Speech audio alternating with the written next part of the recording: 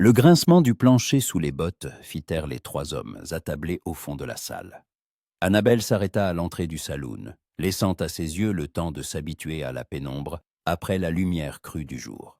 Une odeur de tabac, de whisky et de corps sale lui monta aux narines. L'air sentait comme dans cette grange, 3 mois plus tôt, quand elle avait repris connaissance, les mains liées, comprenant qu'on l'avait vendue. Le barman, un homme corpulent au tablier graisseux, essuyait des verres en la dévisageant, avec une surprise non dissimulée. Les femmes mettaient rarement les pieds dans ce bouge à la périphérie de Rattlesnake Flats, et encore moins dans une telle tenue. Annabelle savait à quoi elle ressemblait. Un pantalon d'homme usé rentré dans de hautes bottes, un chapeau à large bord cachant la moitié de son visage, et un lourd colt sur la hanche. Elle avait coupé ses cheveux dès la première semaine de sa fuite, comprenant que ses longues tresses n'étaient qu'un moyen facile de l'attraper pour la jeter à terre. « T'as pas ta place ici, ma belle », marmonna le barman, mais sa voix trembla. Annabelle ne répondit pas. Elle balaya lentement la pièce du regard, s'attardant sur chaque visage. 2 ivrognes au comptoir, un vieil homme somnolent sur sa chope dans un coin, et ces 3-là à la table du fond. C'était eux qui l'intéressaient. L'un d'eux, un gars maigre, aux cheveux roux délavés, déglutit avec difficulté. Il l'avait reconnu. C'était évident à la façon dont ses yeux s'écarquillèrent, non, à la manière dont sa main tressaillit vers le revolver à sa ceinture. « Tu te souviens de moi, Carter ?» demanda Annabelle, sa voix posée, presque indifférente. Carter Lowe. Le troisième nom sur la liste qu'elle portait dans la poche de son gilet, près du cœur. Les 2 premiers étaient déjà morts. Massat. Elle les avait abattus au cours des 2 derniers mois, et chaque fois, en plongeant son regard dans le leur avant de tirer, elle y avait vu la même peur qu'elle avait autrefois vue dans le miroir, quand ces hommes la retenaient dans cette grange, la frappaient, riaient, en disant que leur patron les avait bien payés pour la faire disparaître. « Je ne vois pas de quoi tu parles », commença Carter. Mais ses compagnons s'étaient déjà levés, sentant instinctivement que quelque chose de grave allait se produire. Annabelle fit un pas en avant, puis un autre. Sa main ne touchait pas son arme, mais tout le monde dans le saloon sentait la menace dans chacun de ses mouvements. Elle avait appris cela en 3 mois, se mouvoir de manière à ce que les gens voient en elle la mort. Le vieil Harris, un ancien marshal qu'il avait trouvé en sang dans un fossé et l'avait soigné, lui avait appris à tirer.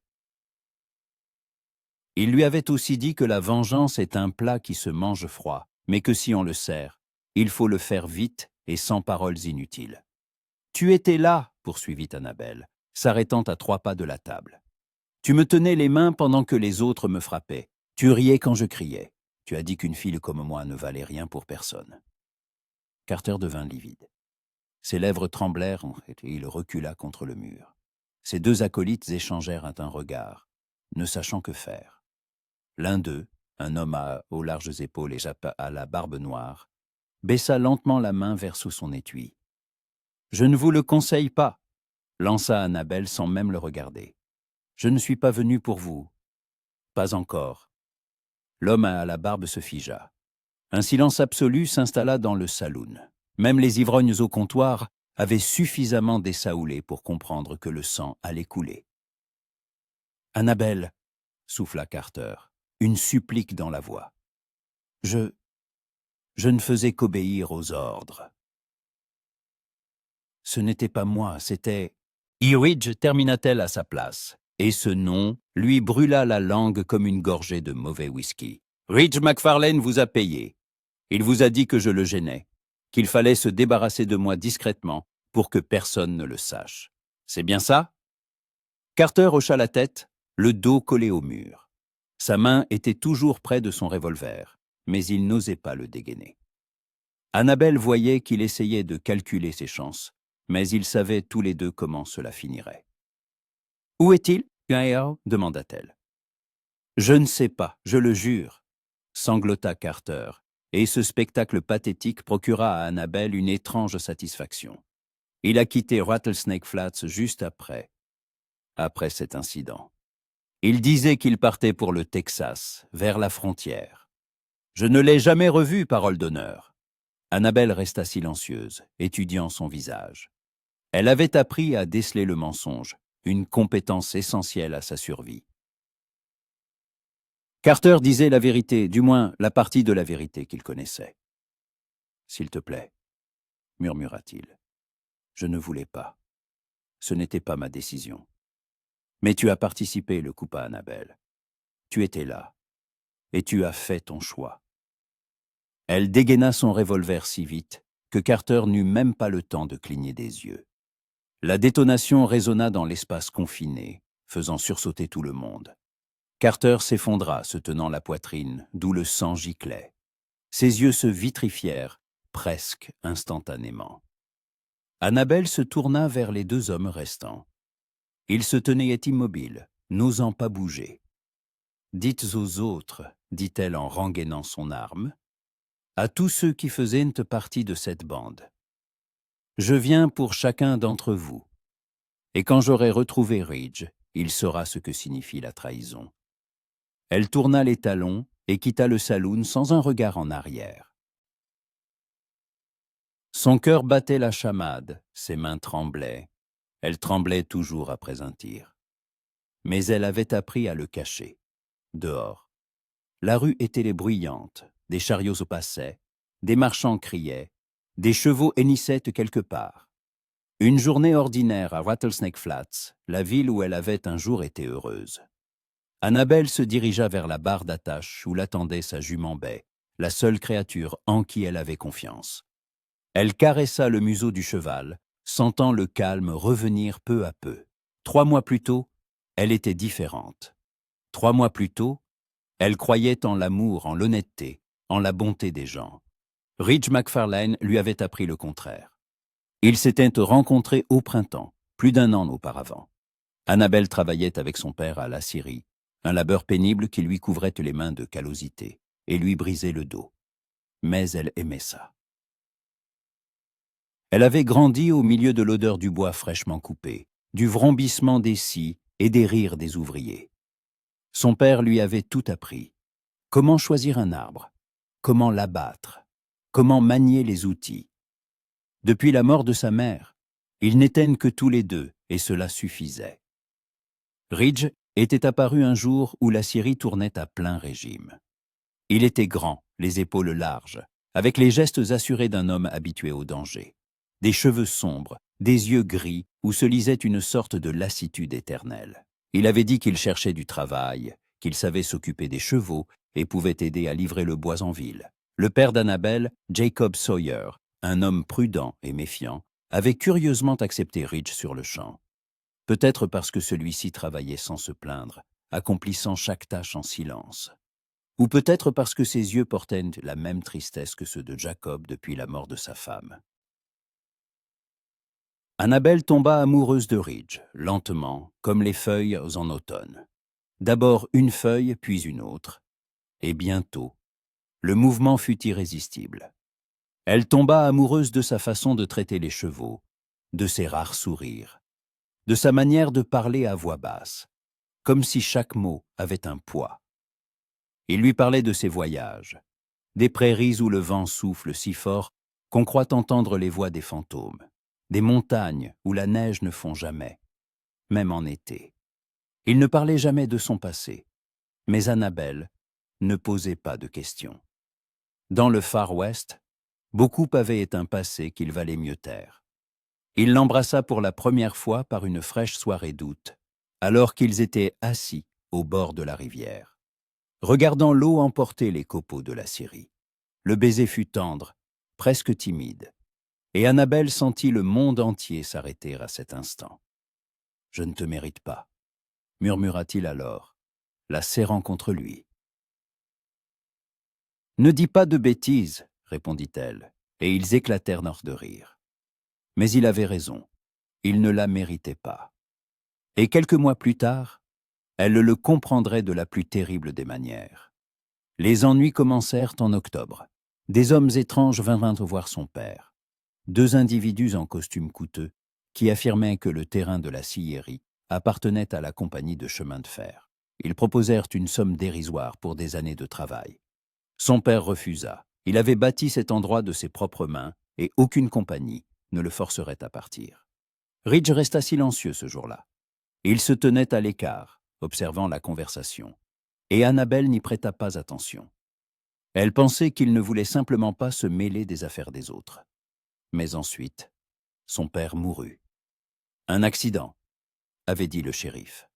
Une grume s'était détachée du treuil et avait écrasé Jacob Sawyer. Annabelle se tenait devant le corps de son père, incapable d'y croire. C'était un homme prudent. Il ne commettait jamais d'erreur au travail. Ridge la prit dans ses bras, la réconforta toute la nuit pendant qu'elle pleurait. Il lui murmurait que tout irait bien, qu'il prendrait soin d'elle, et elle le crut. Elle voulait si désespérément y croire. « Épouse-moi », dit-il une semaine après les funérailles. Annabelle le regarda à travers ses larmes et hocha la tête. Elle aurait accepté n'importe quoi pour ne pas rester seule. Mais le mariage n'eut jamais lieu. 2 jours après leur fiançailles, les mêmes hommes en costume revinrent. Cette fois, ils n'offraient plus, ils exigeaient. Annabelle refusa de vendre la scierie. C'était tout ce qui lui restait de son père, et elle préférait mourir plutôt que d'abandonner cet endroit. Cette nuit-là, Ridge ne rentra pas. Annabelle l'attendit jusqu'à l'aube, assise sur le porche de leur petite maison près de la scierie. Et quand elle finit par s'endormir d'épuisement, des mains brutales la réveillèrent. Ils étaient 5. Carter Lowe, qu'elle venait d'abattre, était l'un d'eux. Ils y la traînèrent dans une vieille grange à la périphérie de la ville, la ligotèrent, la rouèrent de coups. Ils disaient avoir reçu l'ordre de se débarrasser d'elle. Le patron voulait que cela ressemble à un accident, une jeune femme s'enfuyant dans la prairie, se perdant, mourant de soif. « Qui vous a payé ?» criait-elle, le visage en sang, noyé de larmes. Carter eut un sourire narquois et prononça le nom qui brisa son cœur en 1000 morceaux. « Ridge McFarlane. Ton fiancé, ma petite? Il a dit que tu étais trop têtue et que tu entravais une grosse affaire. » Annabelle ne se souvenait pas comment elle était sortie de cette grange. Elle ne se rappelait que la douleur, le sang et une résolution de fer.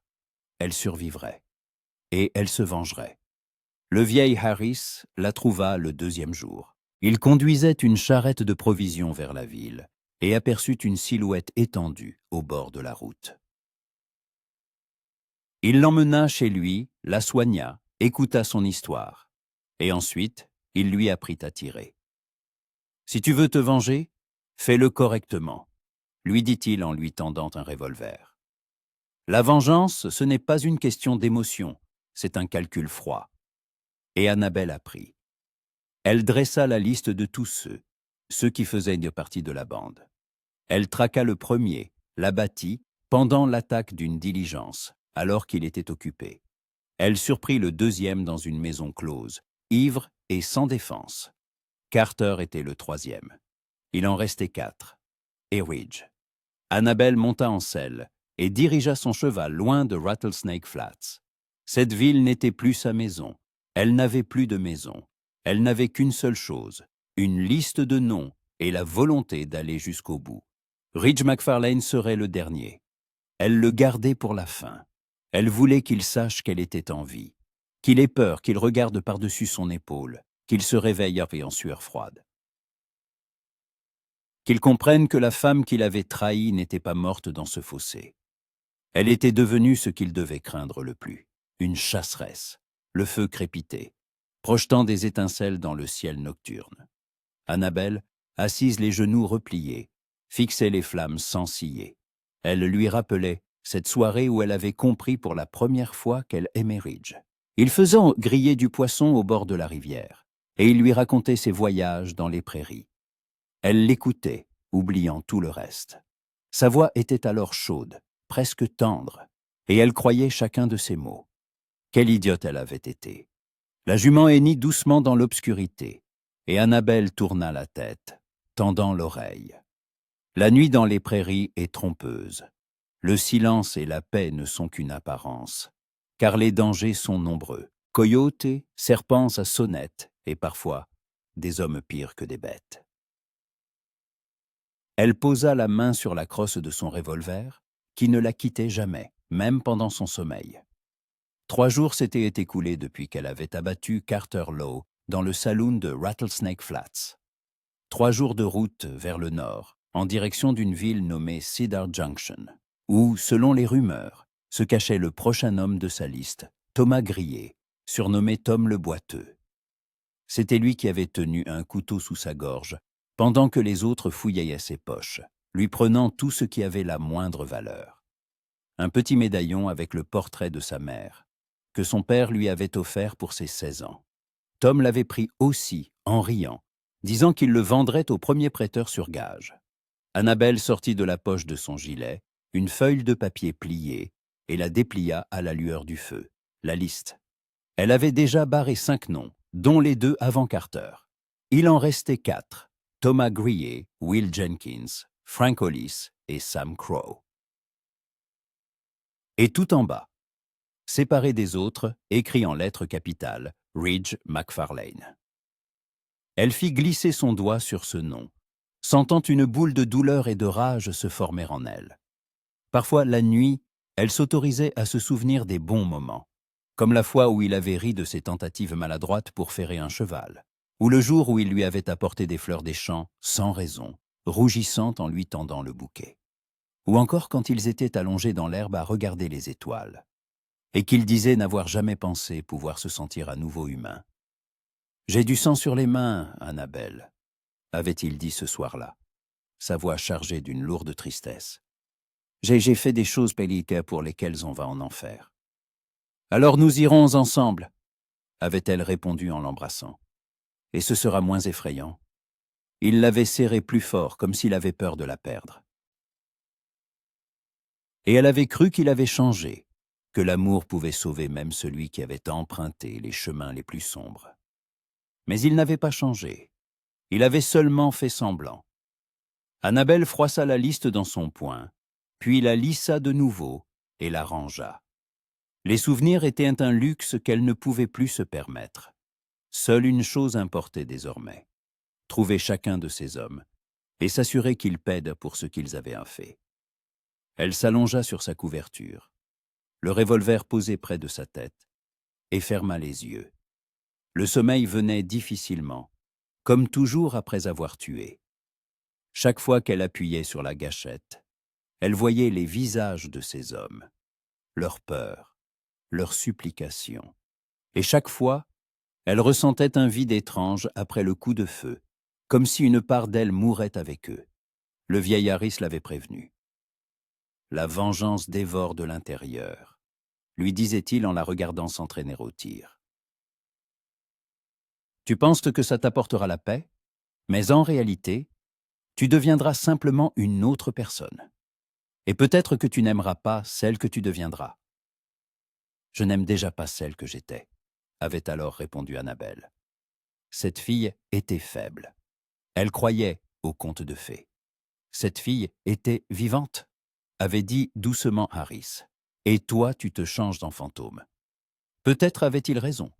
Peut-être se transformait-elle vraiment en fantôme, en l'ombre d'elle-même. Mais elle n'avait pas le choix. Ces hommes l'avaient laissée pour morte. Et maintenant, elle était de retour pour leur rappeler que les morts ne restent pas toujours en terre. Le matin, le froid la réveilla. Le feu était éteint depuis longtemps, et les premières lueurs de l'aube perçaient à peine à travers les nuages gris. Annabelle se leva, se frottant les épaules endolories, et se dirigea vers le ruisseau voisin. Elle se lava le visage à l'eau glacée, sentant son esprit s'éclaircir. Elle remplit sa gourde, abreuva sa jument et commença à la seller. « Encore un peu de patience, ma belle, » murmura-t-elle en caressant l'encolure du cheval. « Encore une ville, encore un homme.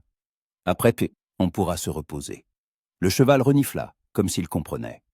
Annabelle sourit, son premier sourire en 3 jours. Étrangement, les animaux lui étaient devenus plus proches que les humains. Ils ne trahissaient pas, ne mentaient pas, ne vendaient pas leur âme pour de l'argent. Vers midi, elle atteignit Cedar Junction. La ville était plus petite qu'elle ne l'imaginait. quelques dizaines de bâtiments en bois alignés le long de l'unique rue. Un saloon, un magasin général, une forge, une église et le bureau du shérif. L'endroit typique pour ceux qui cherchent à fuir leur passé. Annabelle mit pied à terre près du magasin et attacha sa jument. Quelques hommes assis sur le porche la regardèrent avec curiosité.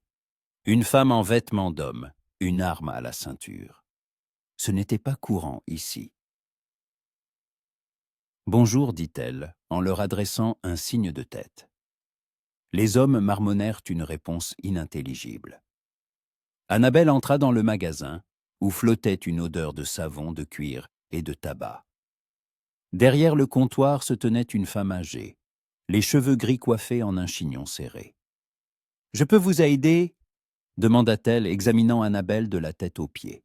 « Il me faut des munitions, » répondit Annabelle.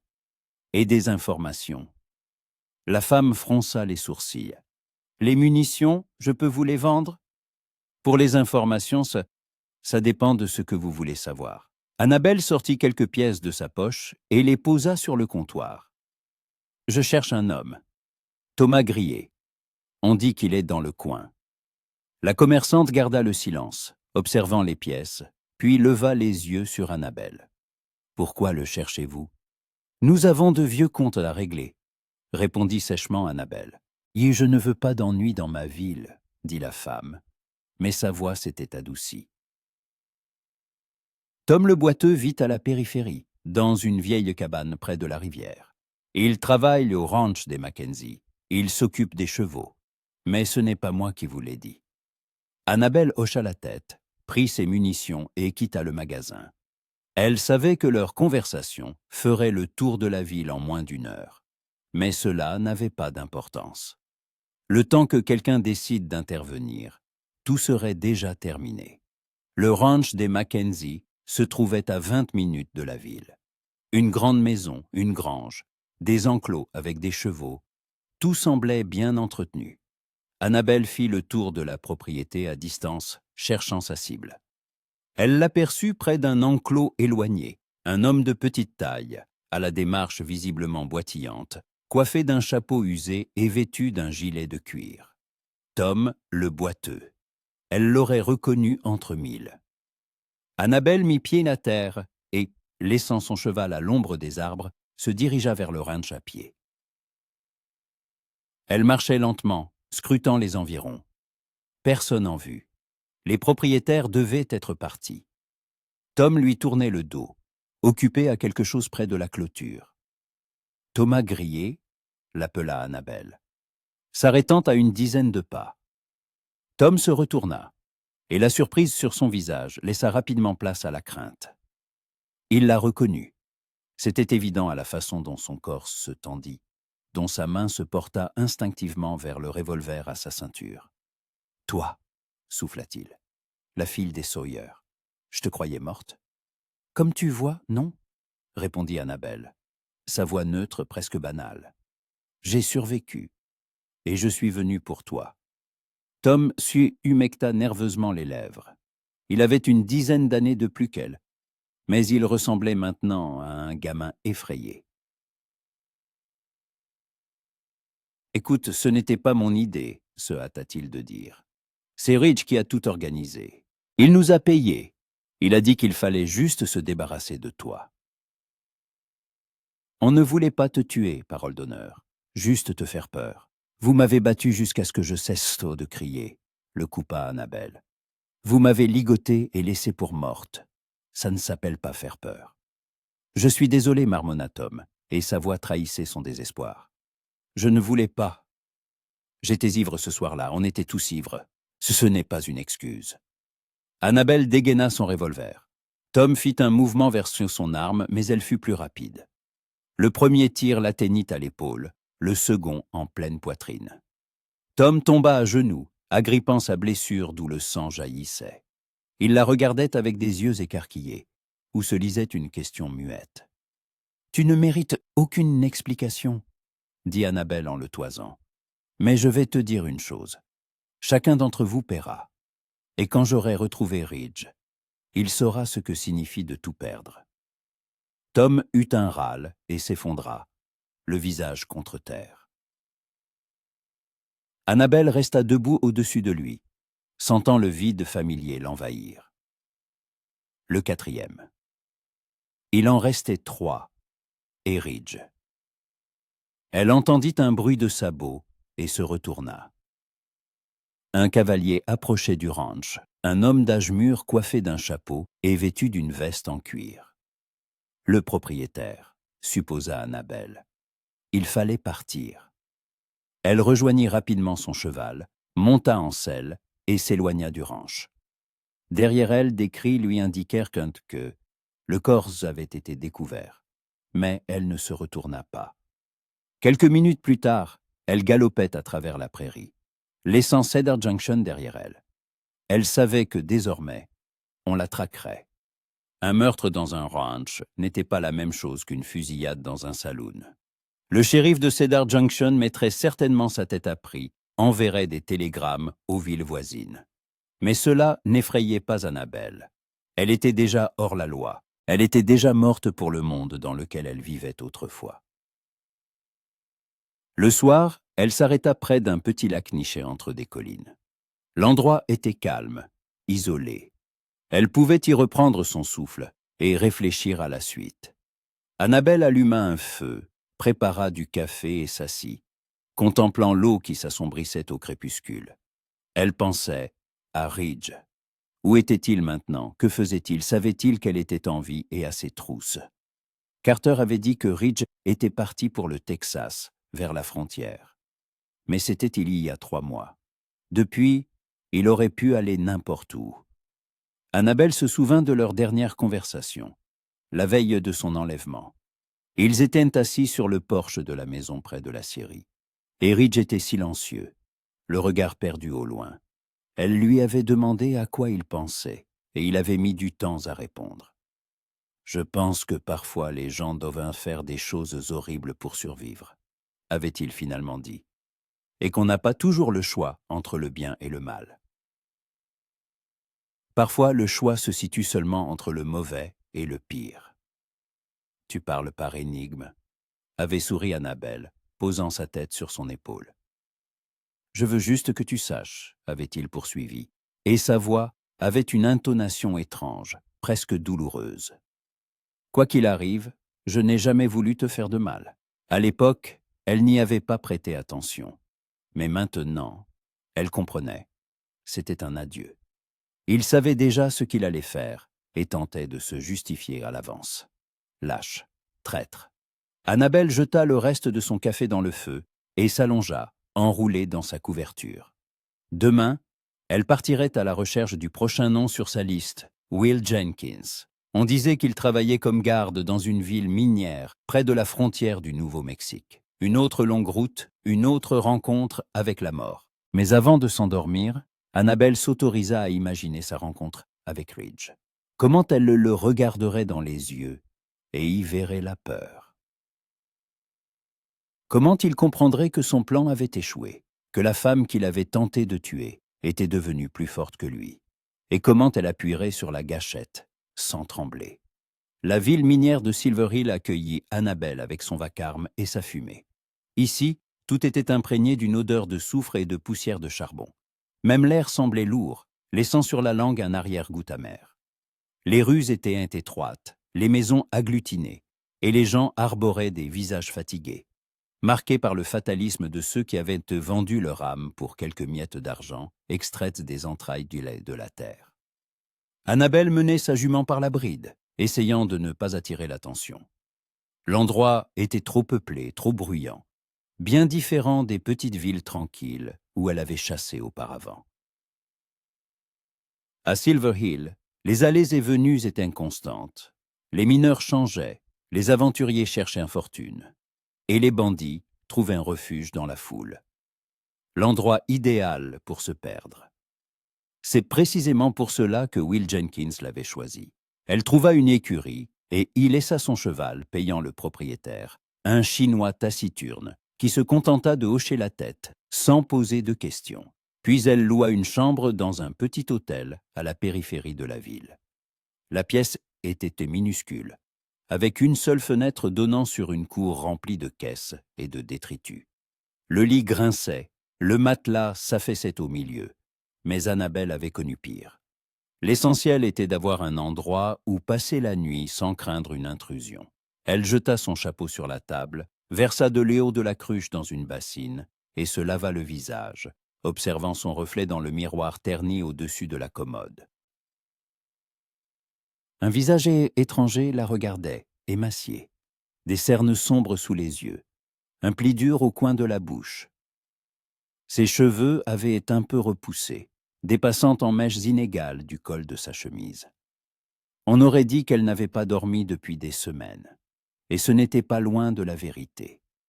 Annabelle s'allongea sur le lit tout habillée, son revolver à portée de main. Elle devait se reposer quelques heures avant de commencer ses recherches. Will Jenkins travaillait comme garde dans l'une des mines.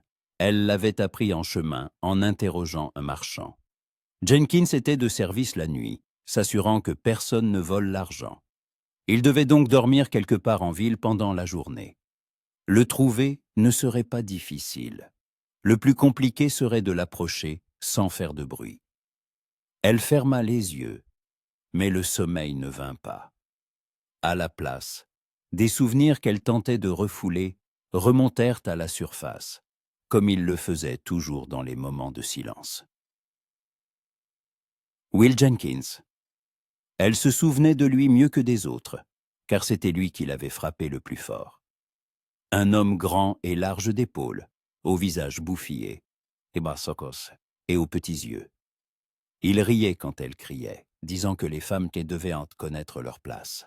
Il lui avait cassé 2 côtes cette nuit-là, et elle sentait encore une douleur sourde sur le côté lorsqu'elle se tournait brusquement. Annabelle serra les poings, sentant la vague de fureur familière monter en elle. Cette rage était la seule chose qui la réchauffait durant les nuits froides dans la prairie, la seule chose qui la poussait à se lever chaque matin et à continuer. Elle se nourrissait de cette colère comme un feu se nourrit de bois. Mais parfois, dans de rares moments où la colère s'apaisait, Annabelle ressentait autre chose, de la fatigue, du vide, la peur de ce qu'elle devenait. Le vieil Harris lui avait dit que la vengeance la transformerait en monstre, mais n'en était-elle pas déjà un? Elle avait tué 4 hommes. Elle les avait regardés dans les yeux et avait appuyé sur la gâchette, ne ressentant rien d'autre qu'une froide satisfaction. Qu'était-ce, sinon de la monstruosité? Annabelle se tourna sur le côté, regardant par la fenêtre sale. Dehors, le crépuscule tombait, et la ville s'animait peu à peu. Les mineurs rentraient du travail. Les saloons se remplissaient du brouhaha des voix et des notes d'un piano. La vie suivait son cours, et personne ne se souciait qu'une femme avec 5 noms dans sa poche et du sang sur les mains erre parmi eux. Elle se leva, mit son chapeau et sortit. Elle devait savoir où vivait Jenkins, et le meilleur endroit pour obtenir des informations était le saloon. Les gens parlent quand ils sont ivres, surtout les mineurs qui n'ont rien à perdre. Le saloon était bondé. Annabelle se fraya un chemin jusqu'au comptoir, commanda un whisky et se posta dans un coin, observant la foule. Des hommes jouaient aux cartes, se disputaient, riaient. Quelques femmes en robe colorée divertissaient les clients. Une soirée typique dans un saloon typique. On ne voit pas souvent de femmes habillées comme ça par ici, dit une voix à côté d'elle. Annabelle se retourna. Un homme d'une 40aine d'années se tenait près d'elle, vêtu d'un costume usé, les tempes grisonnantes. Il avait un visage intelligent et des yeux attentifs. Il ne ressemblait pas à un mineur. « C'est plus pratique pour moi », répondit-elle sèchement. « Je n'en doute pas », acquiesça l'homme. « Surtout quand il faut monter à cheval ou tirer rapidement. » Annabelle se tendit, mais s'efforça de ne pas le montrer. Elle but une gorgée de whisky, sans quitter l'inconnu des yeux. « Vous voulez me dire quelque chose ? Je veux vous prévenir, » dit-il calmement. « Je m'appelle James Collins, je suis détective privé. On m'a engagé pour retrouver une femme qui a tué 4 hommes ces 2 derniers mois. La description vous correspond. » Le cœur d'Annabelle s'accéléra, mais elle ne scia pas. « Vous vous trompez. »« C'est possible, admit Collins. Mais j'ai vu beaucoup de gens, et je sais lire les visages. Vous êtes en chasse, et si vous êtes bien celle que je pense, vous chassez des hommes qui vous ont fait du mal par le passé. Annabelle posa lentement son verre sur le comptoir, prête à dégainer à tout moment. Admettons que vous ayez raison. Qu'allez-vous faire? Collins garda le silence, étudiant son visage. Rien, dit-il enfin. J'ai été engagé par la compagnie de chemin de fer, les mêmes qui voulaient prendre la terre de votre père. Ils ont peur que vous ne remontiez jusqu'à l'homme qui a tout organisé, jusqu'à Ridge McFarlane. Le nom de Ridge la frappa comme un coup. Annabelle serra les dents. Ils savent où il est. Ils savent qu'il travaille, il est pour eux, répondit Collins. C'est lui qui règle leurs problèmes. Il élimine ceux qui entravent l'expansion du chemin de fer. Votre père n'était ni le premier, ni le dernier. Annabelle sentit tout se bousculer en elle. Ridge ne l'avait donc pas seulement trahi pour de l'argent. Il travaillait pour la compagnie depuis le début. Son arrivée à la Syrie n'était pas un hasard. Il était là depuis le début pour convaincre son père de vendre, et quand cela n'a pas fonctionné, pour organiser sa mort. Tout n'était que mensonge. « Pourquoi me dites-vous cela ?» demanda-t-elle, retenant avec peine un tremblement dans sa voix. Collins soupira. « Parce que j'ai vu trop d'injustices dans ma vie. Je travaille pour ceux qui paient. Mais ça ne veut pas dire que j'aime ce qu'ils font. La compagnie de chemin de fer ruine des vies, prennent des maisons. Votre père était un homme bon, je me suis renseigné. Il ne méritait pas une telle mort.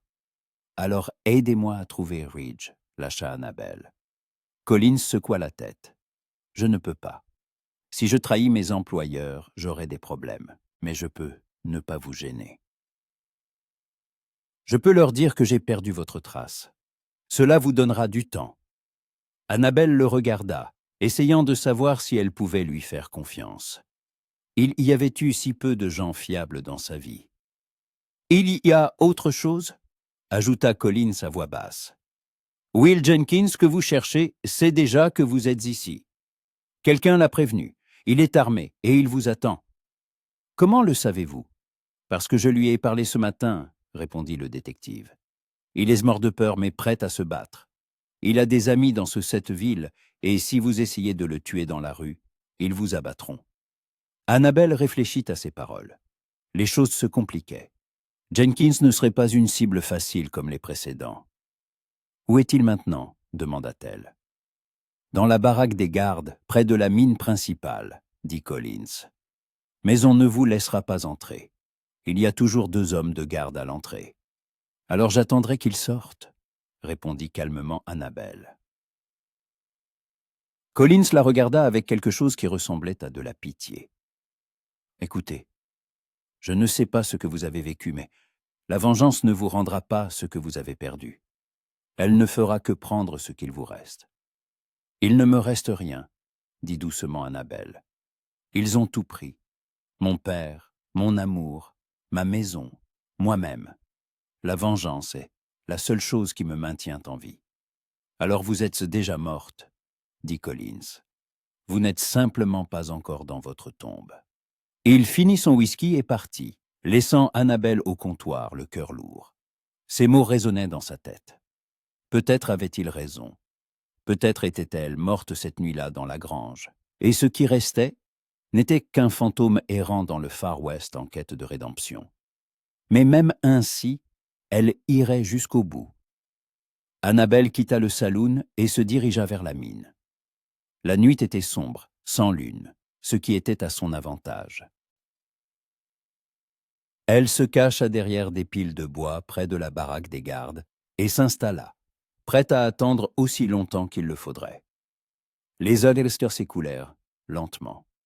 Le froid s'infiltrait sous ses vêtements, mais Annabelle ne bougea pas. Elle avait appris la patience, une nécessité pour la chasse. Finalement, alors que le ciel commençait à pâlir à l'est, la porte de la baraque s'ouvrit et une silhouette familière en sortit. Will Jenkins. Il était seul, ce qui surprit Annabelle. Peut-être n'était-il pas aussi effrayé que Collins le disait. ou simplement trop sûre de lui. Elle attendit qu'il s'éloigne de la baraque et le suivit sans bruit.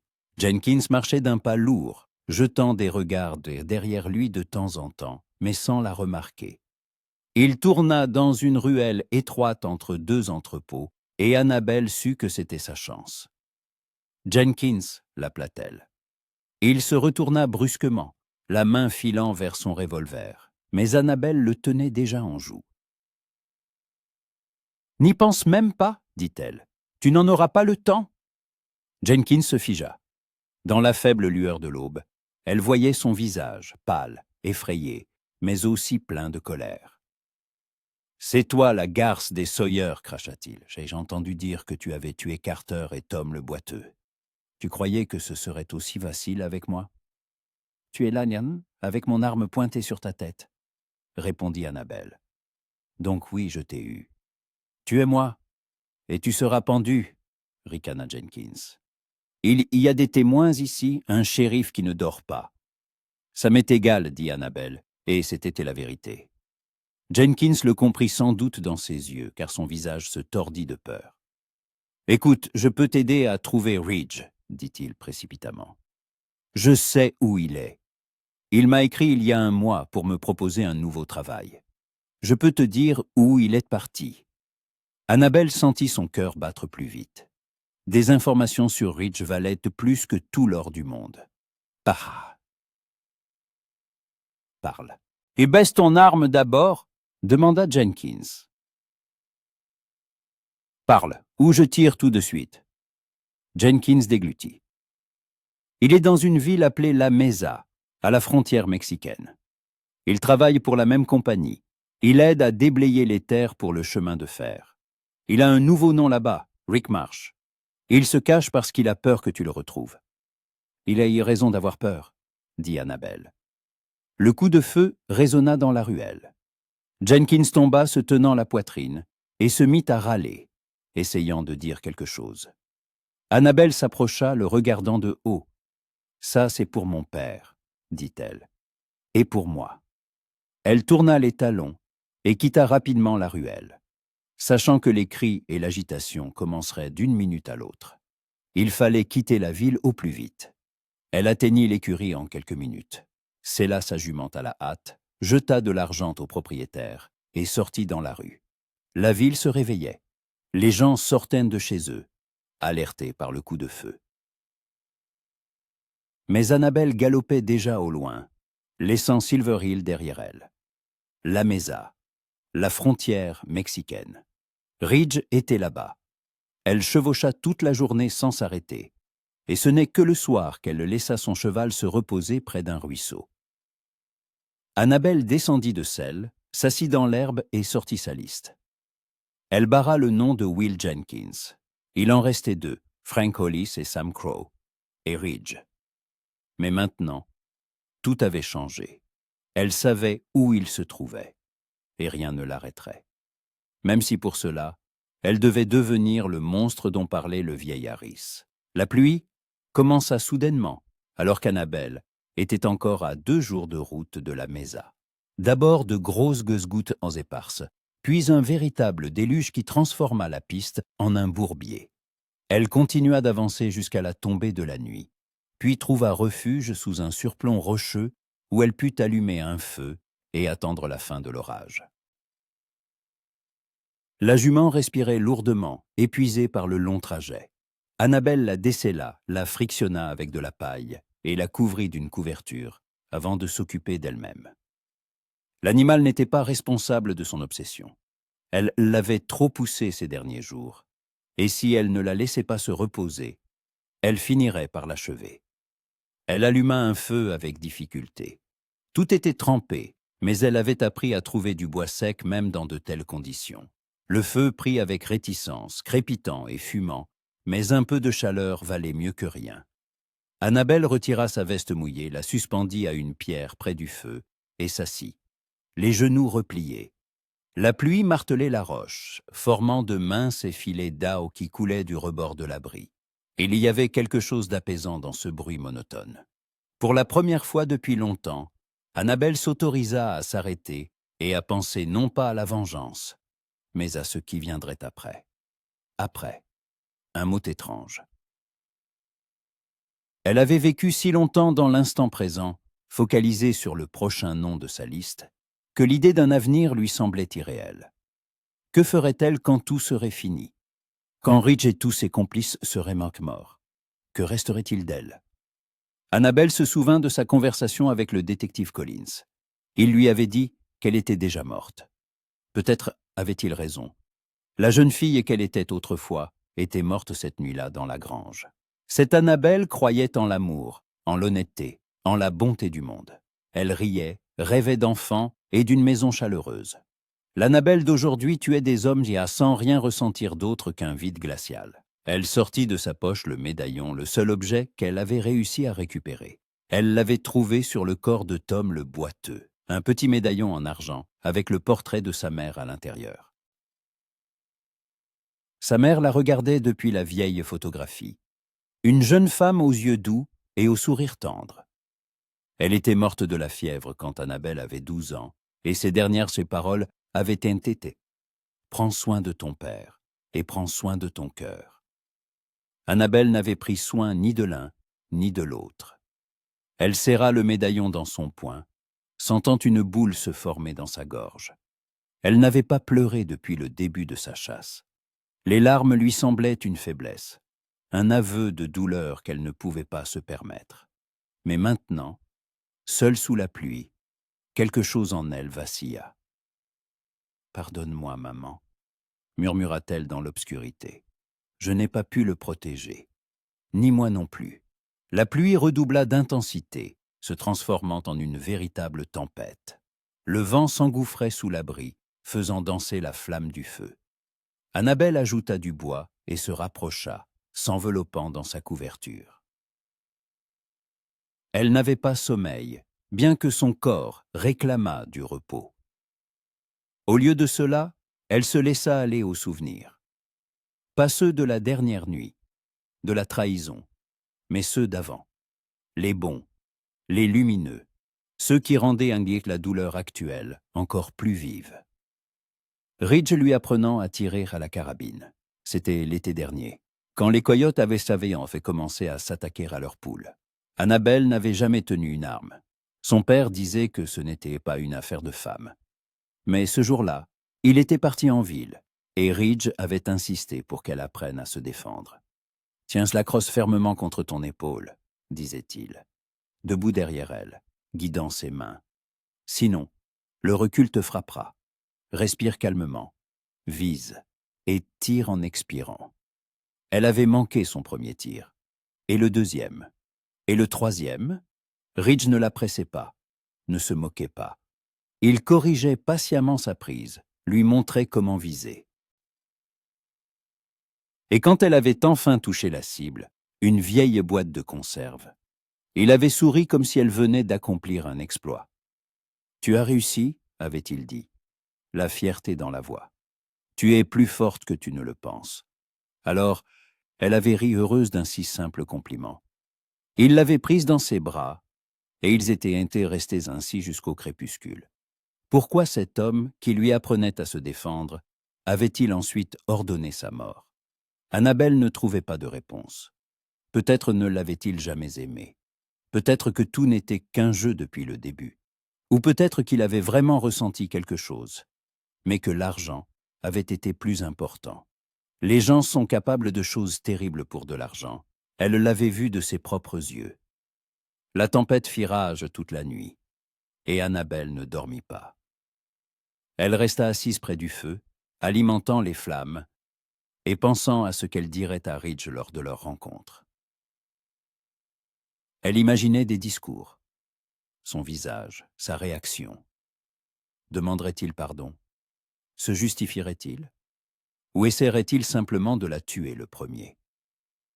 Au matin, la pluie cessa, laissant derrière elle un monde détrempé, sentant la terre et l'herbe mouillée. Annabelle sellait sa jument quand elle entendit un bruit de sabots. Elle dégaina instantanément son revolver et se cacha derrière un rocher, tendant l'oreille. Un cavalier apparut au détour du chemin, un homme seul d'âge mûr, sur un cheval pie. Il avançait lentement, prudemment. En voyant Annabelle, il s'arrêta et leva les mains. « Je ne suis pas un ennemi, cria-t-il. Je me rends simplement à la mesa pour affaires. » Annabelle ne baissa pas son arme, mais sortit de sa cachette. « Drôle de moment pour voyager, dit-elle. »« Drôle de moment pour tout, répondit l'homme. Il était habillé comme un marchand, un costume soigné, bien qu'usé par la route, un chapeau à large bord, un visage buriné mais agréable, avec une courte barbe grise.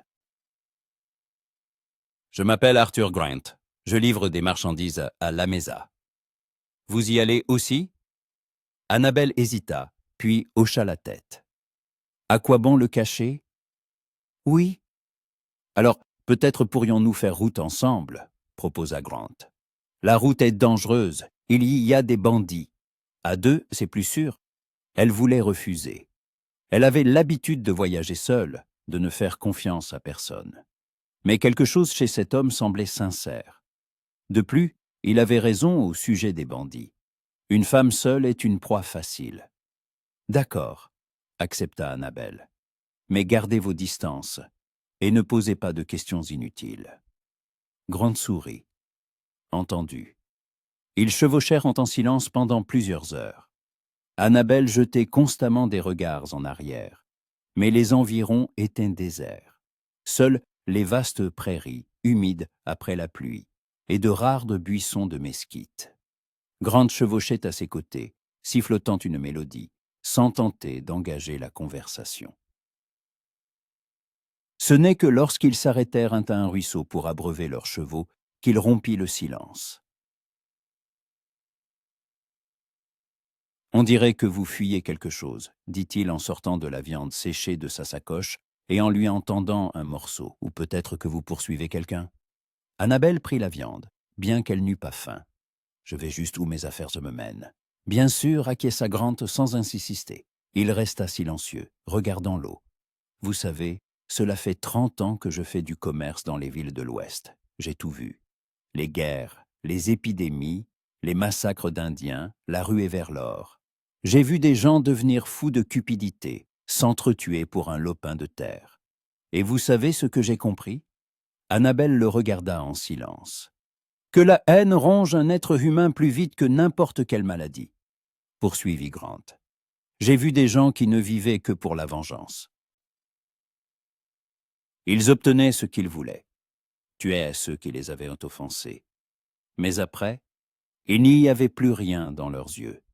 Ils gagnaient, mais se perdaient eux-mêmes. »« Vous ne savez pas de quoi vous parlez, » répondit froidement Annabelle. « C'est possible, » acquiesça Grant. « Mais je vois ce même vide dans vos yeux, et ça me désole.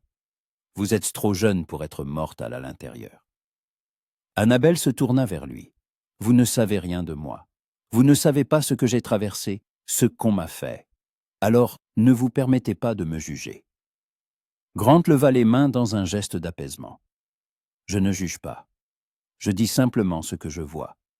Et j'espère que lorsque vous arriverez au bout de votre chemin, il y aura autre chose que le vide. » Il se leva, épousseta ses genoux et se dirigea vers son cheval. Annabelle resta debout, les poings serrés, sentant la colère monter en elle. Qui était-il pour lui dire comment vivre? Que savait-il de la trahison, de la douleur, de ce que c'était que de se réveiller en réalisant que tout en quoi on croyait était un mensonge? Mais ces paroles s'étaient logées dans son esprit, comme une écharde.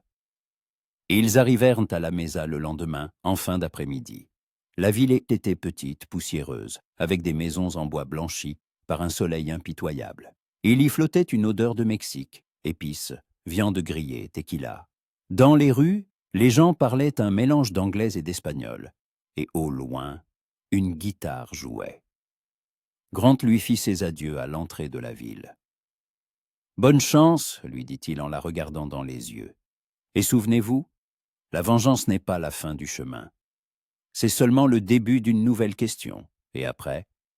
Annabelle ne répondit pas. Elle fit demi-tour et entra dans la ville, laissant le marchand derrière elle. Elle devait trouver Ridge.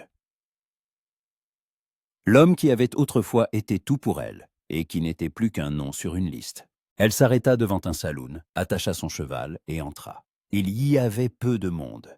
Quelques Mexicains jouaient au dé, et derrière le comptoir se tenait un barman aux moustaches imposantes. Annabelle s'approcha. « Je cherche un homme, dit-elle dans un espagnol hésitant. Rick Marsh. Il travaille pour la compagnie de chemin de fer. » Le barman la regarda avec méfiance. « Pourquoi le cherchez-vous » De vieille dette, répondit sèchement Annabelle. Le barman garda le silence, puis se pencha vers elle. « Si vous voulez le trouver, cherchez au bureau de la compagnie à la sortie de la ville. Mais soyez prudente, señorita. Il a des amis là-bas. Beaucoup d'amis. » Annabelle hocha la tête et sortit. Son cœur battait si fort qu'elle l'entendait dans ses oreilles. Ridge était ici, quelque part dans cette ville, peut-être à quelques centaines de mètres d'elle. Elle avait presque atteint son but. Le bureau de la compagnie de chemin de fer était un grand bâtiment en bois, avec une enseigne en 2 langues. Annabelle passa devant, inspectant les lieux. Des gardes à l'entrée, des fenêtres à barreaux. Entrer ne serait pas facile, mais elle entrerait, coûte que coûte. À la tombée de la nuit, elle retourna près du bâtiment et se cacha dans l'ombre d'une maison voisine, observant. Des gens entraient et sortaient, mais Ridge n'était pas parmi eux. Peut-être était-il à l'intérieur, ou peut-être était-il parti en déplacement. Elle attendit jusqu'à minuit, puis entendit des voix. 2 hommes sortirent du bureau, parlant anglais. L'un d'eux était grand, large d'épaules, avec des cheveux sombres. Annabelle aurait reconnu cette silhouette entre 1000. Ridge. Sa main se porta d'elle-même à son revolver, mais elle se retint. Pas ici, pas maintenant. Trop de témoins, un endroit trop exposé. Il lui fallait un moment où il serait en seul. Où elle pourrait le regarder dans les yeux et entendre ce qu'il dirait, avant de le tuer. Elle le suivit jusqu'à ce qu'il entre dans une petite maison, à la périphérie de la ville. Une lumière s'alluma à une fenêtre, puis s'éteignit. Annabelle resta dans l'obscurité, fixant cette maison, sentant tout en elle se nouer en une boule serrée. Demain, elle irait le voir. Et alors, tout serait terminé. Annabelle ne dormit pas de la nuit. Assise sur le toit d'une grange abandonnée en face de la maison de Ridge, elle tenait sa carabine sur ses genoux, observant l'unique fenêtre éclairée. La lumière s'était éteinte vers minuit, mais elle avait continué à veiller comme si elle craignait qu'il ne disparaisse s'il elle détournait le regard ne serait-ce qu'une seconde. 6 mois. 6 mois qu'elle s'était réveillée dans ce fossé, à peine vivante. 6 mois de trac, de sang, de nuits blanches et d'une rage froide qui la consumait de l'intérieur. Et maintenant, il était là dans cette maison, dormant dans son lit, ignorant qu'elle était venue pour lui. L'aube se leva lentement, colorant le ciel de teintes roses et dorées. La mesa s'éveillait. Des portes grincèrent, des chiens aboyèrent, un cheval hennit. Un matin ordinaire dans une ville frontalière où la vie suivait son cours. La porte de la maison de Ridge s'ouvrit vers 7 heures. Il sortit sur le porche, s'étirant et balayant la rue du regard. Annabelle se figea, collée contre la cheminée. De là-haut, elle voyait son visage, des traits familiers qui lui avaient autrefois causé tant d'émoi. Des cheveux sombres, un peu longs, les yeux gris qu'elle avait aimés. Il semblait fatigué, vieilli, comme si ces mois n'avaient pas été faciles pour lui non plus. Tant mieux, pensa-t-elle, qu'il souffre. Ridge resta un moment sur le porche, alluma une cigarette, puis rentra. Annabelle descendit du toit, vérifia son revolver et se dirigea vers sa maison. Son cœur battait calmement, ses mains ne tremblaient pas. Elle était prête. Elle avait attendu ce moment trop longtemps. Elle frappa 3 coups à la porte. Des pas se firent entendre. Puis une voix. « Qui est-ce là ?»« Ouvrez » répondit Annabelle, modifiant sa voix pour la rendre plus douce. Une messagère de la compagnie. La porte s'ouvrit. Ridge se tenait sur le seuil, en train de boutonner sa chemise. Quand il la vit, il se figea. Son visage devint blanc comme un linge. Il recula d'un pas, sa main cherchant instinctivement son arme. Mais le revolver était resté sur une chaise au fond de la pièce. « Annabelle, souffla-t-il. « Bonjour, Ridge, dit-elle calmement en entrant et en refermant la porte derrière elle. Le revolver dans sa main était pointé droit sur lui. « On dirait que tu as vu un fantôme. »« Je te croyais morte, balbutia-t-il sans la quitter des yeux. « Tu le croyais ou tu l'espérais » Annabelle s'avança dans la pièce, le tenant en joue. « Assieds-toi, là, à la table. » Les mains sur la table, bien en vue. Ridge s'assit lentement, posant ses mains sur la table. Ses doigts tremblaient, à peine, mais elle le remarqua. Bien, qu'il ait peur. « Annabelle, écoute, » commença-t-il, mais elle le coupa. « Non, c'est toi qui vas m'écouter. Tu vas rester assis en silence et écouter jusqu'à ce que je te dise de parler. Compris ?» Il hocha la tête. Ses yeux trahissaient une sorte de désespoir. Annabelle s'assit en face de lui, sans baisser son arme. La pièce était petite, meublée sobrement. Une table, 2 chaises, un lit dans un coin, une étagère avec quelques livres. Si différent de la maison accueillante près de la scierie où ils avaient longtemps vécu, où elle avait été heureuse. « J'ai passé les 6 derniers mois à traquer les hommes que tu as engagés pour me tuer. » commença-t-elle. Sa voix neutre, sans émotion. « Carter Lowe, Thomas Grier, Will Jenkins, ils sont tous morts. Il en reste 2, Frank Hollis et Sam Crow. Je les trouverai après en avoir fini avec toi. »« Annabelle, s'il te plaît. » Ridge s'humecta les lèvres. « Laisse-moi t'expliquer. » Expliquer. Elle se pencha en avant, et la fureur perça enfin dans sa voix. « Qu'est-ce que tu vas m'expliquer? Comment tu as fait semblant de m'aimer? Comment tu as tué mon père? Comment tu as payé tes salauds pour qu'ils me battent à mort et m'abandonnent? »« Je n'ai pas tué ton père, » dit rapidement Ridge. « Je te jure que ce n'était pas mon idée. C'était un accident. Ne me mens pas. » Annabelle frappa du poing sur la table, et Ridge sursauta. « N'ose pas me mentir maintenant. Tu as perdu ce droit le jour où tu m'as trahi. » Ridge se couvrit le visage de ses mains, et ses épaules se mirent à trembler. Quand il reparla, sa voix était rauque. « Tu as raison. Tout était arrangé. La compagnie voulait cette terre, et ton père refusait de vendre. Ils m'ont envoyé pour le convaincre. Mais quand je t'ai vu, quand nous avons commencé, je n'avais pas prévu de tomber amoureux de toi, Annabelle. C'était réel. » Réel? Elle eut un rire amer. « Tu appelles ça réel? Tu m'as utilisé pour approcher mon père.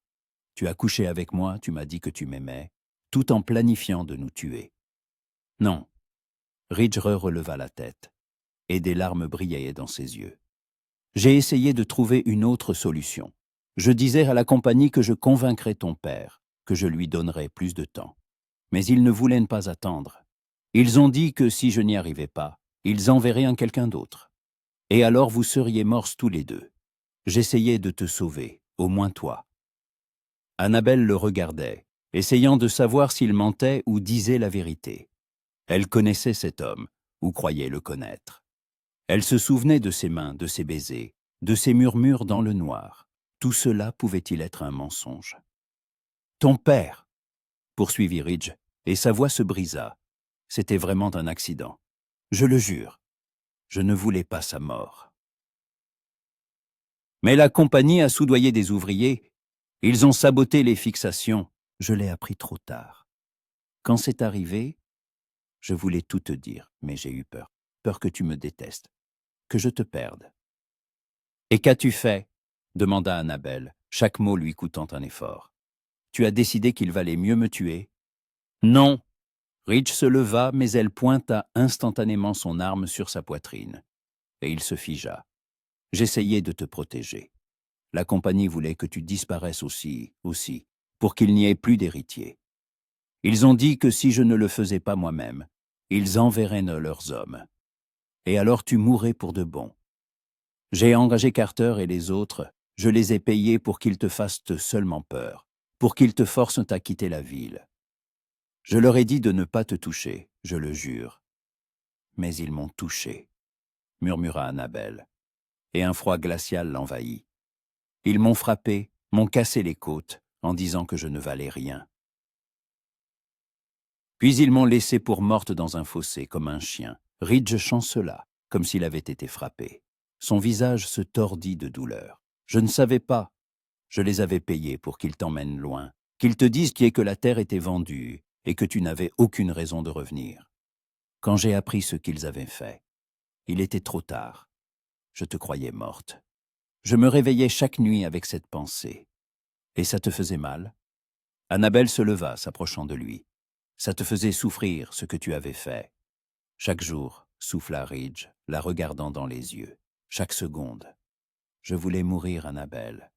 Je voulais juste mourir parce que je ne pouvais pas vivre avec ce qui s'était passé. Mais tu as continué à vivre, dit-elle froidement. Tu as continué à travailler pour eux, à éliminer d'autres gens, à détruire des vies. Parce que je n'avais pas le choix. Ridge lui attrapa la main, celle qui ne tenait pas l'arme. Ils en savent trop, sur moi. Je ne peux pas simplement partir. Ils me trouveraient et me tueraient, comme ils ont tué ton père, comme ils ont essayé de te tuer. Annabelle regarda sa main sur la sienne, sentant la chaleur familière de son contact. Pendant 6 mois, elle avait rêvé de ce moment, s'imaginant le tuer sans hésiter. Mais maintenant, en le regardant dans les yeux, en voyant ses larmes, elle ne ressentait pas de la fureur, mais autre chose. Quelque chose de terrible et de douloureux. Le doute. « Lâche-moi », murmura-t-elle. Annabelle, la voix de Ridge était pleine de supplications. « Je sais que je ne mérite pas le pardon. Je sais que j'ai fait l'impardonnable. Mais je t'aimais. Je t'aime toujours. Et si tu me tues maintenant, je comprendrai. Je l'ai mérité. » Elle le repoussa, et il recula, laissant tomber ses bras.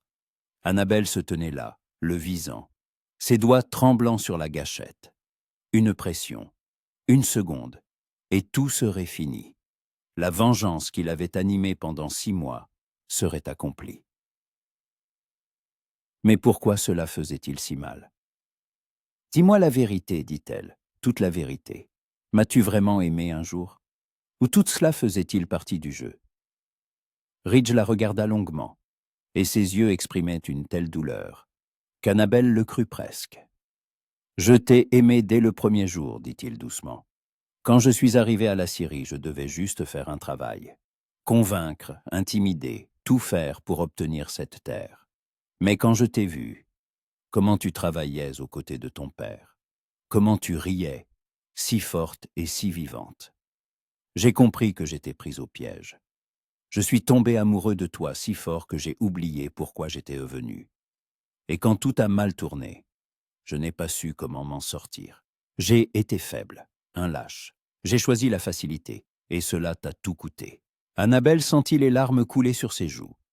Elle n'avait pas pleuré depuis 6 mois, mais maintenant, elle ne pouvait plus s'arrêter. Toutes les émotions qu'elle avait contenues se libérèrent, la submergeant. « Tu m'as volé ma vie, » murmura-t-elle à travers ses larmes. « Tu m'as pris mon père, ma maison, moi-même. Je ne sais plus qui je suis. J'ai tué 5 hommes, Ridge. 5.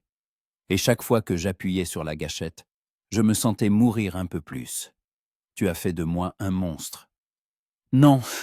Ridge fit un pas vers elle, ignorant le revolver. « Non, Annabelle, tu n'es pas un monstre. Tu es la personne la plus forte que je connaisse.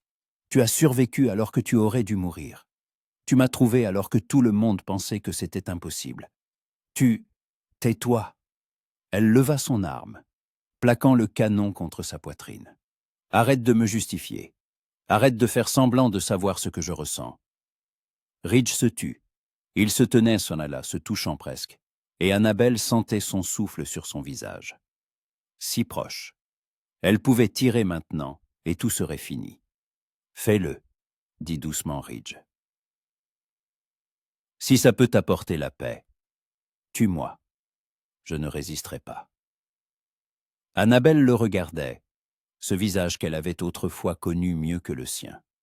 Ses yeux où se lisait une sincère résignation à mourir. Et elle comprit qu'elle ne pouvait pas. Pas maintenant. Pas comme ça. Elle baissa son revolver et recula d'un pas. « Je veux que tu souffres, » dit-elle. « Je veux que tu vives avec ce poids, en sachant que je suis en vie, que je suis quelque part, qu'à tout moment, je peux revenir et finir ce que j'ai commencé. » Ridge hocha la tête, et des larmes coulaient aussi sur son visage. « Je souffrirai, je te le promets, chaque jour du reste de ma vie. » Annabelle se tourna et se dirigea vers la porte, mais s'arrêta sur le seuil. « Où sont Frank Hollis et Sam Crow ?»« Hollis est en prison à Albuquerque, » répondit Ridge. « Il a été arrêté il y a 3 semaines pour un braquage. Crow, je ne sais pas. La dernière fois qu'on l'a vu, c'était au Texas, dans une ville appelée El Paso. » Annabelle hocha la tête et sortit sans se retourner. Dehors, la lumière était vive, la chaleur intense, et le monde semblait trop réel après cette conversation. Elle rejoignit son cheval, monta en selle, et ce n'est qu'alors qu'elle s'autorisa à expirer. Qu'avait-elle fait? Elle l'avait épargné. L'homme qui avait détruit sa vie. Pourquoi? Parce qu'elle avait vu la vérité dans ses yeux. Une douleur aussi forte que la sienne. Et elle avait compris que le tuer ne changerait rien, ne ramènerait pas son père, ne ramènerait pas l'ancienne Annabelle, ne guérirait pas les blessures de son âme. Le détective Collins et le marchand Grant avaient en fait raison. La vengeance n'apportait pas la paix, elle ne laissait que le vide. Mais sa tâche n'était pas terminée.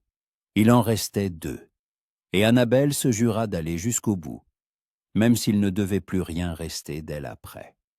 Elle dirigea son cheval vers le nord, en direction d'Albuquerque. Et quelque part derrière elle, dans une petite maison à la périphérie de la Mesa, Ridge McFarlane se tenait à la fenêtre et la regardait s'éloigner, sachant qu'il l'avait perdue pour toujours. Le trajet jusqu'à Albuquerque prit 1 semaine. Annabelle avançait lentement, comme pour gagner du temps, repoussant l'inévitable. La nuit, près du feu, elle pensait à Ridge, à leur conversation, aux mots qu'il avait prononcés. Elle essayait de savoir si elle lui avait pardonné, ou si elle était simplement fatiguée de haïr. La frontière entre ses sentiments s'était estompée, devenant quelque chose d'incertain et de douloureux. Le vieil Harris lui avait dit un jour que la vengeance est un poison qui consume celui qui le boit. À l'époque, elle n'avait pas voulu l'entendre. Mais maintenant, traversant les prairies infinies, passant devant des fermes et des petites villes où les gens menaient une vie ordinaire, elle commençait à comprendre. Le meurtre de Carter ne lui avait pas rendu son père. La mort de Tom le boiteux n'avait pas guéri ses côtes brisées. La balle dans la poitrine de Jenkins n'avait pas effacé le souvenir de cette nuit dans la grange. À chaque coup de feu, elle pensait ressentir un soulagement, mais ne trouvait que le vide, un trou noir grandissant en elle, dévorant tout ce qui était vivant. Et maintenant, il en restait 2. Frank Hollis et Sam Crow. Et quand elle les trouverait, que se passerait-il? Que se passerait-il quand la liste serait terminée? Quand le dernier nom serait barré? Qui deviendrait-elle ce jour-là? Annabelle n'avait pas de réponse, et cela l'effrayait plus que tous les dangers de la route. Albuquerque l'accueillit avec le bruit et l'agitation d'une grande ville. Ce n'était pas comme les petites bourgades. Des rues larges, des bâtiments en pierre, une gare d'où les trains alquintés venaient sans cesse. Les gens s'activaient, et personne ne prêtait attention à une femme en vêtements d'homme menant un cheval par la bride. La prison était un bâtiment massif en briques rouges au centre de la ville. Annabelle s'arrêta en face, contemplant les hauts murs et les fenêtres à barreaux. Frank Hollis était quelque part là-dedans. L'homme qui l'avait maintenue pendant que les autres la frappaient. L'homme qui lui avait craché au visage en disant qu'elle l'avait bien mérité. Elle pouvait attendre qu'il soit libéré, ou trouver un moyen de l'atteindre à l'intérieur. Mais quelque chose en elle résistait. Pour la première fois depuis des mois, Annabelle hésitait. Elle se souvint des paroles de Ridge. Hollis avait été arrêté pour un braquage. Il était donc déjà puni. La loi l'avait déjà rattrapé. Sa balle était-elle encore nécessaire? Annabelle passa 3 jours à Albuquerque, revenant chaque jour devant la prison, essayant de prendre une décision. Le 3e jour, alors qu'elle fixait les murs de briques, un homme en uniforme de marshal s'approcha d'elle. « Cela fait 3 jours que vous êtes là, dit-il, sa voix plus curieuse que menaçante. Vous attendez quelqu'un » Annabelle se tourna vers lui. Le marshal n'était plus jeune, la cinquantaine, avec des moustaches grises et des yeux intelligents. « Je regarde simplement, » répondit-elle. « Il n'y a pas grand-chose à voir dans une prison, » remarqua le marshal. « Sauf si vous y avez quelqu'un. » Annabelle garda le silence, puis décida de dire une partie de la vérité. « Il y a un homme là-dedans qui m'a fait du mal. Je voulais le voir. » Le marshal hocha la tête, comme si cela expliquait tout. « Je comprends. J'ai connu un homme comme ça il y a longtemps. Il a tué mon frère dans une bagarre d'ivrogne. J'ai rêvé de le retrouver, de le mettre en prison ou de l'abattre. J'ai passé 5 ans de ma vie à le chercher. Et que s'est-il passé ?» demanda Annabelle. « Je l'ai trouvé en Arizona, dans une ville minière. Il travaillait dans une mine, vivait dans une baraque, avec d'autres ouvriers. Quand je suis entré, armé, prêt à régler mes comptes, j'ai vu son visage. Il avait vieilli de 20 ans en seulement 5 ans. Il buvait comme un damné, tremblait de la gueule de bois. La vie l'avait déjà puni plus durement que je n'aurais pu le faire. Et vous ne l'avez pas touché ? » « Je l'ai arrêté, » répondit le marshal. « Je l'ai emmené au tribunal. Il a été condamné. Il est mort en prison 1 an plus tard. Mais je n'ai rien ressenti. Ni soulagement, ni joie. Juste le vide. J'ai compris que j'avais gâché mes meilleures années à chasser un fantôme, sans construire ma propre vie. » Il regarda Annabelle attentivement.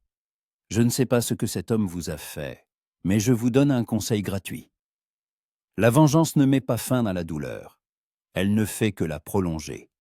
Si vous voulez guérir, cherchez d'autres moyens. » Le marshal lui fit un signe de tête et s'éloigna, la laissant avec un sentiment de lourdeur. C'était la 2e personne en peu de temps à lui dire la même chose.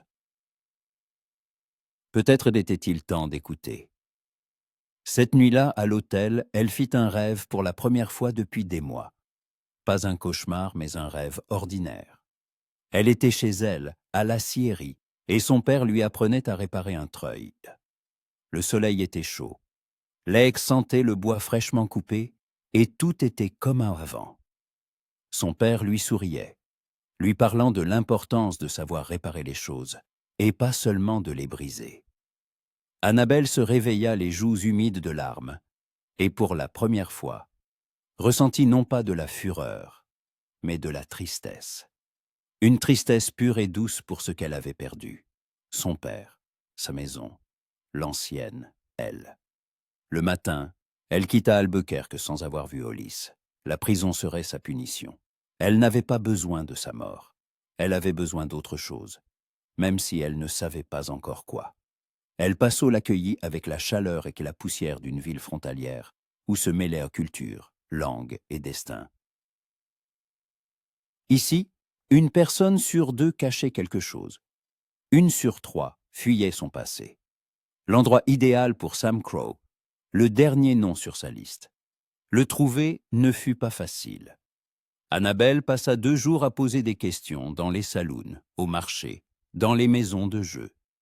Finalement, une vieille Mexicaine vendant des tissus lui dit qu'elle connaissait un homme correspondant à la description. Un Américain blond, avec une cicatrice sur la joue gauche, qui travaillait dans un ranch à 10 miles de la ville. Annabelle s'y rendit le lendemain. Le ranch était petit, mais bien entretenu. Une maison blanche, des écuries, des enclos. Elle aperçut Sam Crow près d'un enclos éloigné. Il réparait une clôture, le dos tourné, en sifflotant. Annabelle mit pied à terre et s'approcha lentement.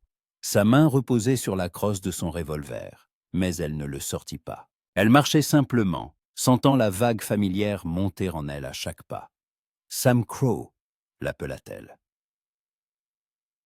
Il se retourna, le visage déformé par la peur. Il la reconnut instantanément.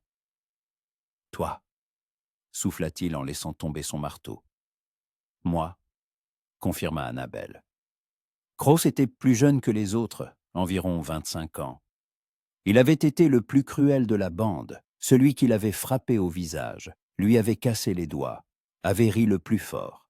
Mais maintenant, il ressemblait à un gamin effrayé. « Écoute, je sais pourquoi tu es là, » dit-il précipitamment. « J'ai entendu dire que tu avais tué les autres. Carter, Tom Jenkins, mais moi, j'ai changé, tu comprends. Je ne suis plus le même homme. » « Vraiment ?» Annabelle s'approcha, s'arrêtant à quelques pas. « Raconte-moi comment tu as changé. » Kraus humecta nerveusement les lèvres. « Je me suis marié, j'ai une femme, elle attend un enfant.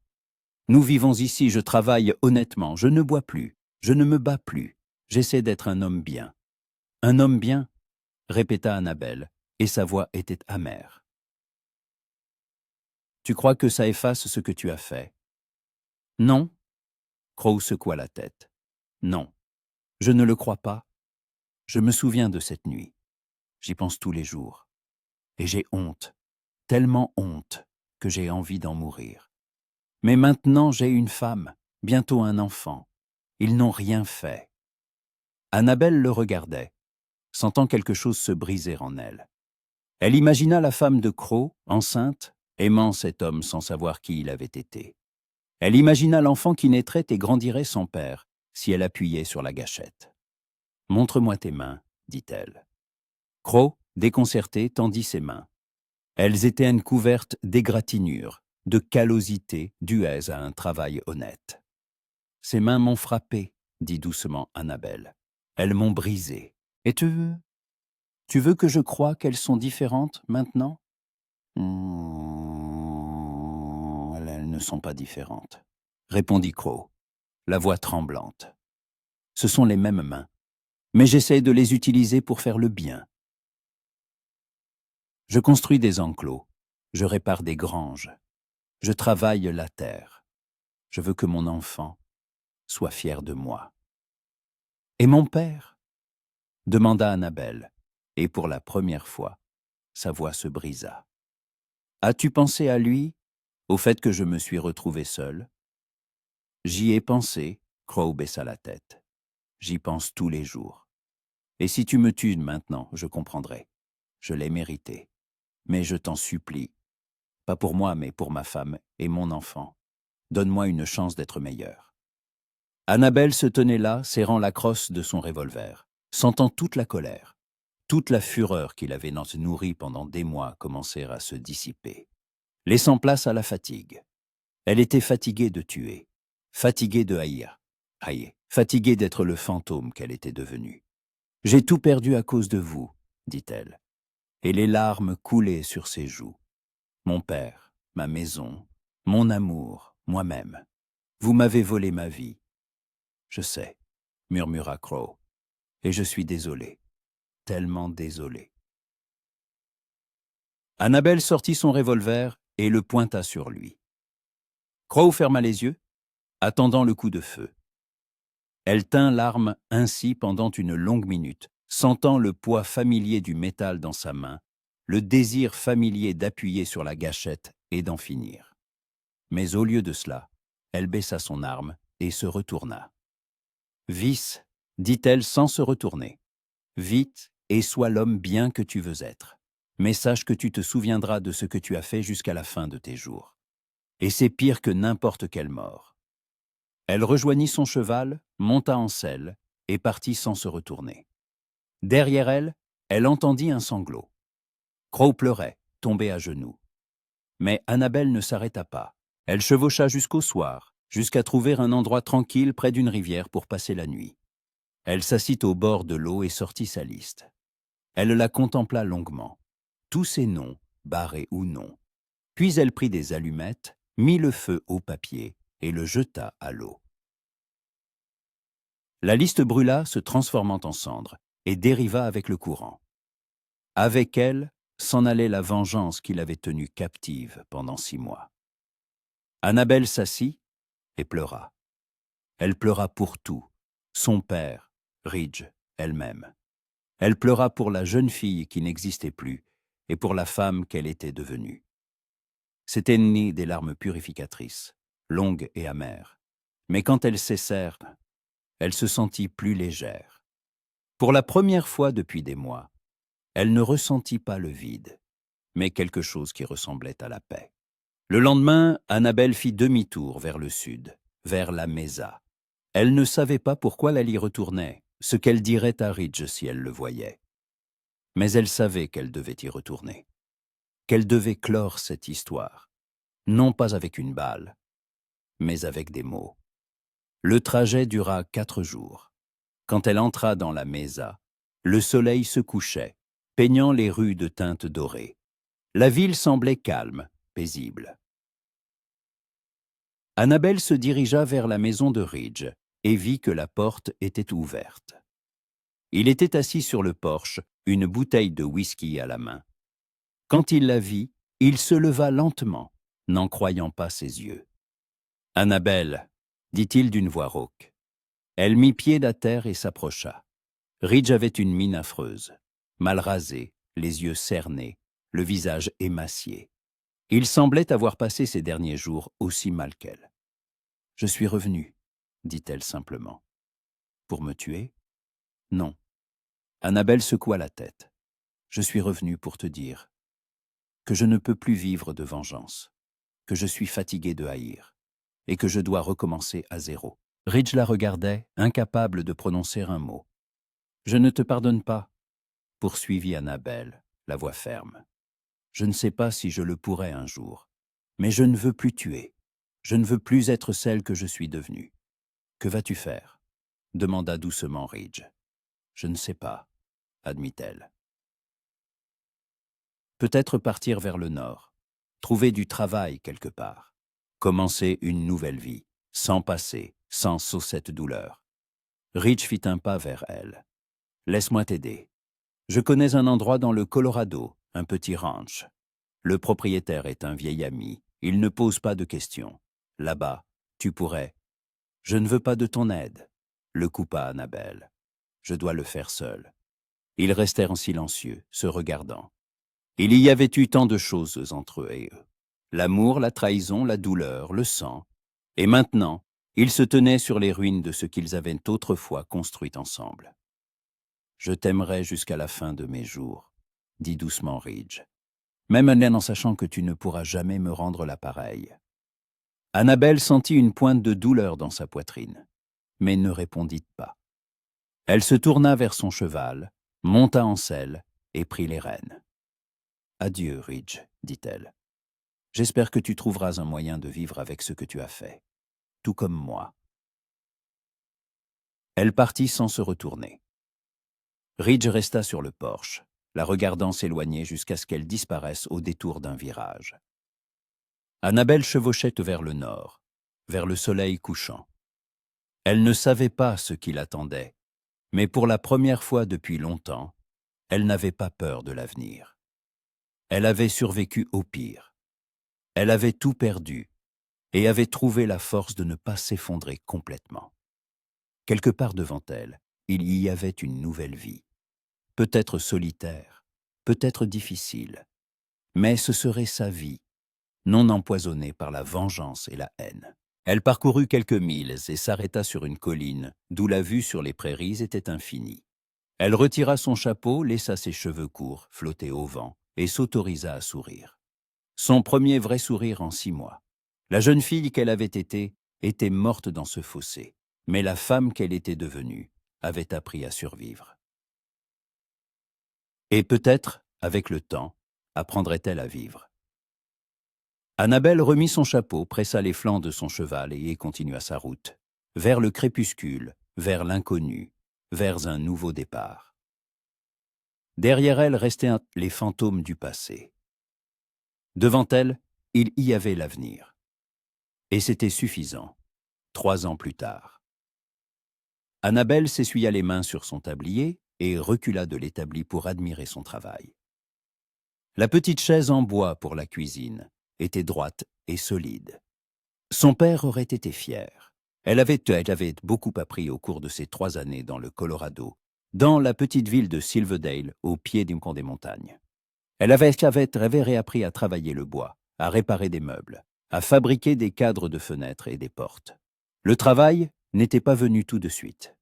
Les premiers quelques mois, les gens regardaient de travers cette femme avec des outils à la main, mais peu à peu, ils avaient vu qu'elle possédait un savoir-faire rare, et les commandes avaient afflué. Son atelier était minuscule, une remise derrière la maison qu'elle louait à la veuve O'Connor. Il sentait l'assure, le vernis et la résine de pain. Les odeurs de son enfance, les odeurs de chez elle. Parfois, en travaillant ici, Annabelle fermait les yeux et s'imaginait de nouveau à la scierie de son père, lui à ses côtés, lui montrant comment tenir un rabot, comment sentir le bois. La douleur de la perte ne s'était pas effacée, mais elle s'était atténuée, était devenue plus silencieuse. Comme une vieille blessure qui tiraille par mauvais temps, mais ne saigne plus. Elle sortit de l'atelier, respirant l'air frais de la montagne. C'était le début de soirée. Le soleil déclinait derrière les sommets, colorant la neige des cimes de rose. Silverdale était une ville tranquille où tout le monde se connaissait, où la vie s'écoulait paisiblement. Il n'y avait pas ici le danger, la tension qu'il avait de poursuivi dans le Far West. Ici, elle pouvait respirer. Miss Sawyer, l'appela une voix. Annabelle se retourna. Le docteur William Curtis, le médecin local, s'approchait. Un homme d'une quarantaine d'années, au visage bienveillant et aux manières calmes. Ils s'étaient rencontrés 2 ans plus tôt, quand Annabelle était tombée d'une échelle et s'était luxé le poignet. Il l'avait soignée, puis avait commencé à lui rendre visite. D'abord pour vérifier sa guérison, puis simplement pour discuter. En 2 ans, ils étaient devenus amis. Ou peut-être plus. Annabelle n'en était pas sûre. Elle avait désappris à comprendre ces choses-là. « Docteur Curtis » dit-elle en guise de salut. « Quelque chose ne va pas ?»« Non, tout va bien, » sourit-il. « Je passais par là, j'ai pensé m'arrêter. Cela ne vous dérange pas ?»« Entrez. J'allais justement préparer du café. » Ils s'assirent sur le porche de sa petite maison. William avait apporté du pain frais de chez Madame O'Connor, et ils burent leur café en regardant le soleil se coucher derrière les montagnes. C'était une soirée simple et tranquille, comme il y en avait eu beaucoup ces dernières années. Et Annabelle chérissait cette simplicité plus que tout au monde. « Annabelle, » commença William, et sa voix était hésitante. « Je voulais vous demander quelque chose. » Elle le regarda, attendant la suite. « Nous nous connaissons depuis 2 ans, et j'apprécie beaucoup votre compagnie. Vous êtes une femme intelligente, forte, étonnante. Et je me demandais si peut-être vous accepteriez de... » Il s'interrompit, et Annabelle comprit où il voulait en venir. « William, » l'arrêta-t-elle doucement, « vous êtes un homme très bon. Vous avez été gentil avec moi quand j'en avais besoin. Mais je ne peux pas vous donner ce que vous cherchez. » William baissa la tête. « C'est à cause de votre passé, à cause de cet homme dont vous ne parlez jamais. » Annabelle garda le silence un long moment, regardant le crépuscule. « J'étais amoureuse une fois, » dit-elle enfin. « Ça s'est mal terminé, très mal. Et depuis, je ne suis plus sûre d'être capable d'aimer à nouveau. Quelque chose s'est brisé en moi, et je ne sais pas si ça peut se réparer. »« Tout peut se réparer, » dit doucement William. « Vous réparez des choses tous les jours, des meubles, des portes, des cadres.